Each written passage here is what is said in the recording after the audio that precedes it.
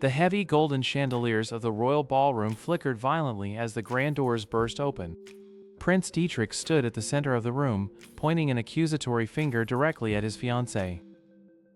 Rishe Irmgard Weitzner stood completely still, watching the dramatic display with a look of pure exhaustion. She recognized every single word of this public denunciation because she had already lived through it 6 times before. In her past lives, she had been a merchant, a doctor, a scholar, a maid, and even a frontline knight. Yet no matter which profession she chose, each life ended abruptly at age 20 due to a devastating global war. This time, she refused to let her fate be dictated by the repetitive whims of the universe. Dietrich continued his pompous speech, officially declaring their engagement null and void. Before he could even finish his dramatic sentence, Rishe curtsied flawlessly and gave her final assent. The entire crowd gasped in unison at how quickly and effortlessly she accepted her social ruin. Without wasting a single second, Rishe turned around and sprinted out of the palace to collect her hidden belongings. She knew exactly where her family would send their guards to intercept her, and she easily bypassed them. Her heart pounded with the thrilling prospect of starting a brand new, unburdened life in a foreign land. As she rushed out into the central courtyard, she collided sharply with a tall, imposing figure. Her eyes widened in absolute horror as she looked up to see the face of her killer from her 6th life. Crown Prince Arnold Hine stood before her, his jet-black hair framing a pair of piercing blue eyes. Memories of his sword piercing through her chest in her previous life flashed vividly across her mind. Instinctively utilizing her past knight training, Rishe executed a perfect defensive leap backward. Arnold's eyes flickered with a sudden, intense curiosity at her incredibly fast reflex actions. He stepped forward, the heavy click of his boots echoing sharply against the stone tiles. Rishe kept her guard up, analyzing his posture for any signs of an immediate physical attack. "You move remarkably well for a pampered noble lady," Arnold remarked in a low, resonant voice. Rishe quickly adjusted her stance into a formal greeting, suppressing her inner panic completely. She realized that in this current timeline, he had not yet launched his horrific global conquest. Arnold drew his sword with blinding speed, testing her reactions by pointing the tip right at her chest. Instead of flinching, Rishe merely tilted her torso sideways, letting the sharp blade glide harmlessly past her. A rare, genuine smile broke across the prince's usually cold and expressionless face. Without any hesitation, he sheathed his weapon and dropped to one knee on the cold cobblestone. Rishe froze in utter disbelief as the future tyrant gently took her hand in his. "Marry me, and become my crown princess," Arnold proposed with absolute certainty in his voice. Her mind raced through the countless terrifying implications of this completely unprecedented timeline shift. If she married him, she would gain direct access to the heart of the enemy empire before the war even began. She could use her accumulated knowledge from 6 lifetimes to dismantle his war plans from the inside. "I have a few strict conditions if I am to accept your sudden proposal," Rishe stated firmly. Arnold chuckled softly, thoroughly entertained by her boldness in negotiating with an emperor's heir. "Name your terms, my lady, and I shall fulfill them," he replied smoothly. Rishe listed her demands, insisting on absolute personal freedom and a completely separate living quarter in his palace. Arnold agreed instantly, his keen eyes narrowing as he tried to figure out her true hidden motives. Suddenly, a brilliant explosion of teal and amber fireworks illuminated the night sky directly above them. As the vibrant sparks rained down, Rishe looked into the eyes of her future husband, knowing the dangerous game had officially begun. The grand carriage jolted to a rhythmic halt as the massive stone gates of the imperial capital of Galkine finally loomed before them. Looking out the polished glass window, Rishe beheld a sprawling metropolis of towering white marble structures and bustling cobblestone avenues. Sitting directly across from her, Crown Prince Arnold watched her reactions with a cold, unreadable gaze that sent a slight chill down her spine. She knew that to alter the tragic future where this very man destroyed the world, she had to build her own independent power base within his castle. The carriage doors were flung open by armored royal guards, revealing the breathtaking expanse of the imperial palace's outer courtyard. A massive line of palace maids stood perfectly straight to greet them, their faces masked by a thick layer of exhaustion and rigid discipline. Rishe instantly noticed the red, calloused skin on the hands of the head maid, a clear sign of grueling, unappreciated labor. Remembering her past life as a hardworking maid, she felt a deep surge of empathy for these women who silently ran the Imperial household. Arnold briefly introduced Rishe as his fiancée before walking away to attend an urgent military council meeting, leaving her alone with the staff. The head maid, Diana, stepped forward with a cold posture, clearly skeptical of a pampered foreign noblewoman entering their domain. Instead of demanding royal treatment, Rishe greeted each maid by name and requested to personally clean her own chambers. The servants gasped in absolute disbelief as the future crown princess picked up a wooden bucket and a scrub brush without hesitation. Using the ultra-efficient cleaning method she perfected in her second life, she wiped down the massive room in a matter of minutes. Diana watched in silent awe as she realized Rishe possessed skills that rivaled, and perhaps even surpassed, the veteran palace staff. Rishe then gathered the maids and presented them with a soothing herbal ointment she had formulated using her past medical knowledge. As the maids applied the cooling cream to their cracked skin, their initial suspicion dissolved into pure gratitude and admiration. Having completely won the loyalty of the palace network, Rishe turned her focus toward the next crucial phase of her grand strategy. She needed to secure immense wealth to fund her anti-war plans, and the key lay with the prestigious Arya Trading Company. She prepared a revolutionary beauty product that did not exist yet in this era, a protective, brightly colored nail polish. The next morning, dressed in elegant but practical attire, Rishe arranged a secret meeting with the company's brilliant president, Tully. Tully entered the private palace reception room, his sharp eyes instantly assessing the young noblewoman with calculating interest. He openly admitted that he only accepted the invitation out of curiosity regarding the crown prince's sudden mysterious choice of a bride. Rishe smiled warmly and slid a small, beautifully crafted glass bottle filled with a shimmering crimson fluid across the table. Tully picked up the bottle, swirling the liquid around with a look of mild amusement and professional skepticism. She explained that this unique formula not only added a gorgeous shine to noblewomen's hands, but also strengthened the underlying nail from breaking. Intrigued, Tully dipped the small brush and carefully applied a single stroke onto his own thumb to test the consistency. His eyes widened slightly as the coating dried into a flawless rock-hard shield within mere seconds of application. He realized the massive economic potential but tried to lowball her, claiming that creating a brand new market would be far too risky. Anticipating his move, Rishe countered by revealing that she had already secured the endorsement of the entire palace maid network.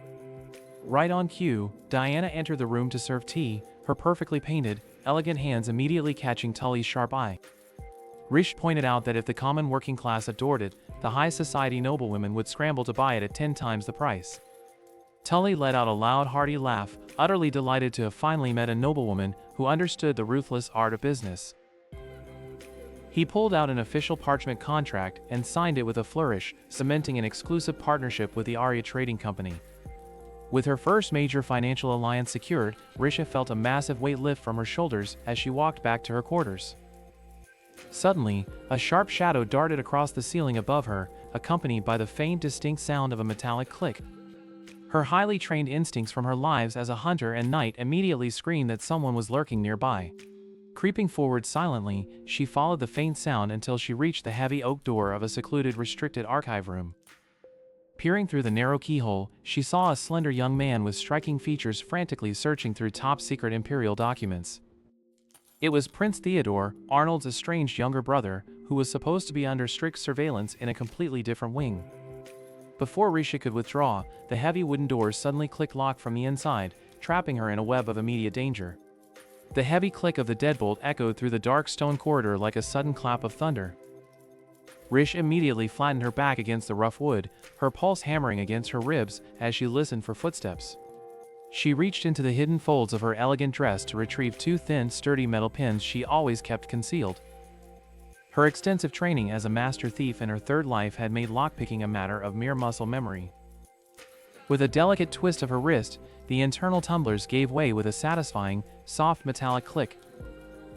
Instead of escaping, she pushed the door open slightly to find a cloaked figure waiting in the adjacent courtyard. The young man lowered his hood to reveal striking features that bore a haunting resemblance to Crown Prince Arnold. "You are quite resourceful for a mere noble hostage, Lady Rishe," Prince Theodore murmured with a dangerous smirk. Rishe stepped fully into the courtyard, smoothing down her skirts as if she had not just illegally picked a royal lock. 2. What do I owe the honor of a midnight ambush by the second prince of the empire? She asked coolly. Theodore stepped closer, his eyes glinting with a volatile mixture of jealousy and hidden malice. My dear brother does not care for you, nor does he care for this entire pathetic empire. Theodore spat bitterly. Rishe recognized that specific tone immediately, having seen the devastating results of familial hatred in her previous lifetimes. Theodore offered her a golden vial, claiming it contained a rare medicine that could secure her safety from Arnold's cruelty. Her expert knowledge from her life as a doctor allowed her to identify the subtle, bitter scent of a slow-acting poison radiating from the liquid. Instead of shrinking back, Rishe smiled warmly and took the golden vial directly from Theodore's trembling fingers. Thank you for your immense generosity, Prince Theodore. I shall treasure this gift, she said with absolute calm. Theodore blinked in utter bewilderment, completely thrown off balance by her utter lack of fear or suspicion. Before he could speak further, the heavy rustle of approaching royal guards echoed from the outer gates. Theodore melted back into the shadows of the stone pillars, vanishing as quickly and silently as a ghost. Rishe slipped the poison vial into her sleeve and turned around to see a familiar, intimidating figure walking toward her.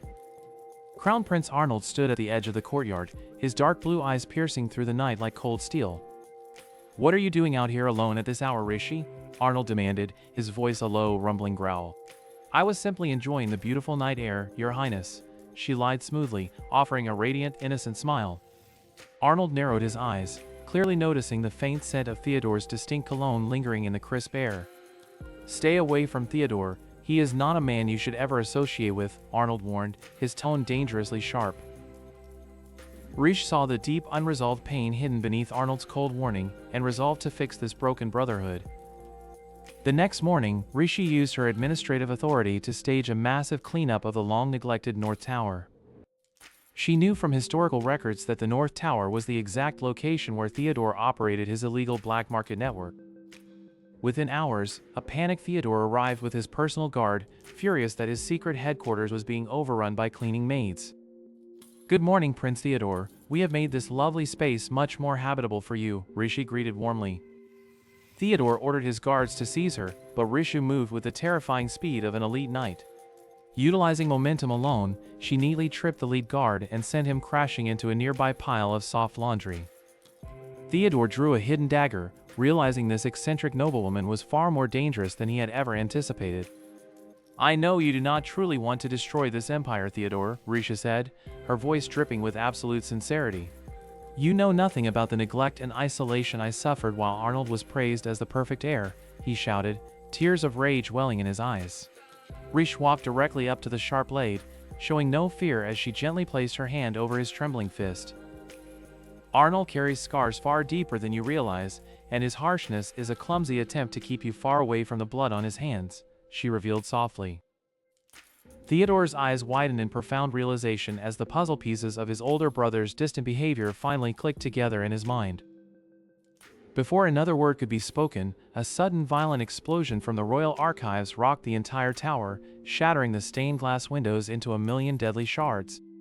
The catastrophic shockwave from the sudden archive explosion threw Rishe violently backward against the stone balcony railing.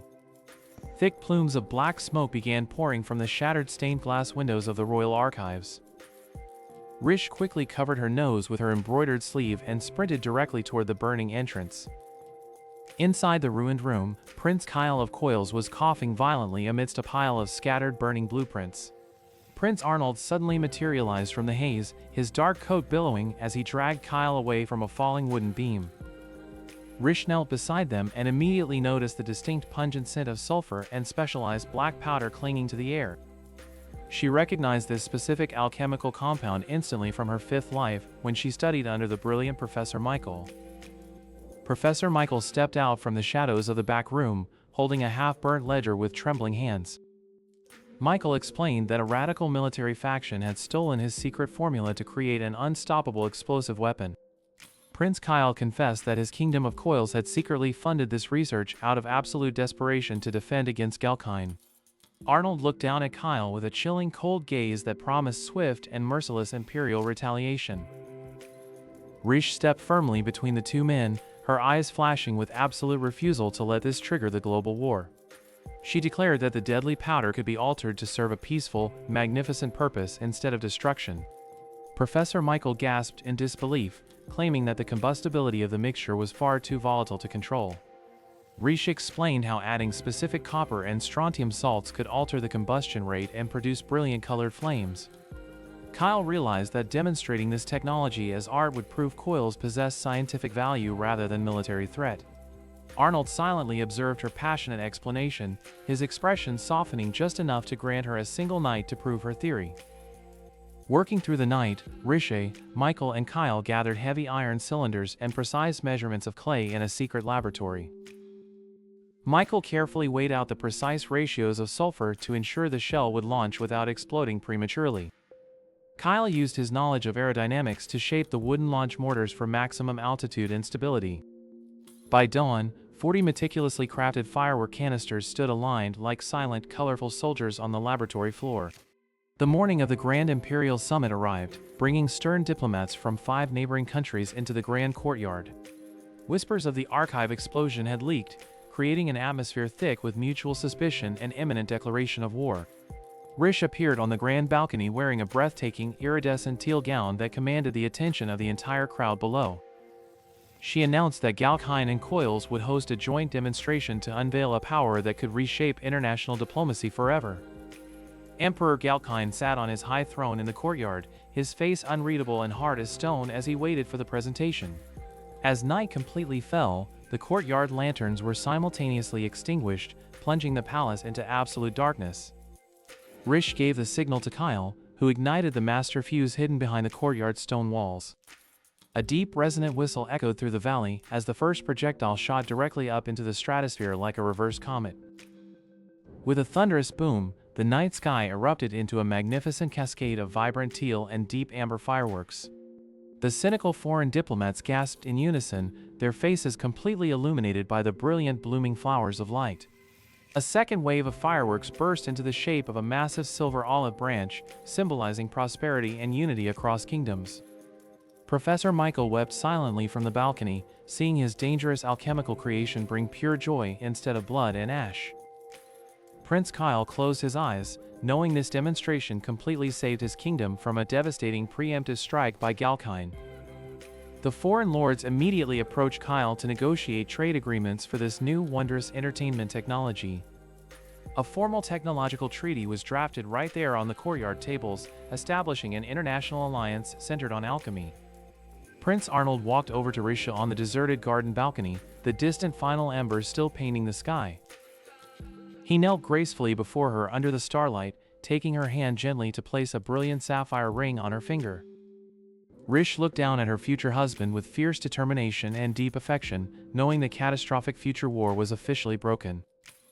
Together, they looked out over a peaceful empire, ready to enjoy a long, carefree, and genuinely happy life together.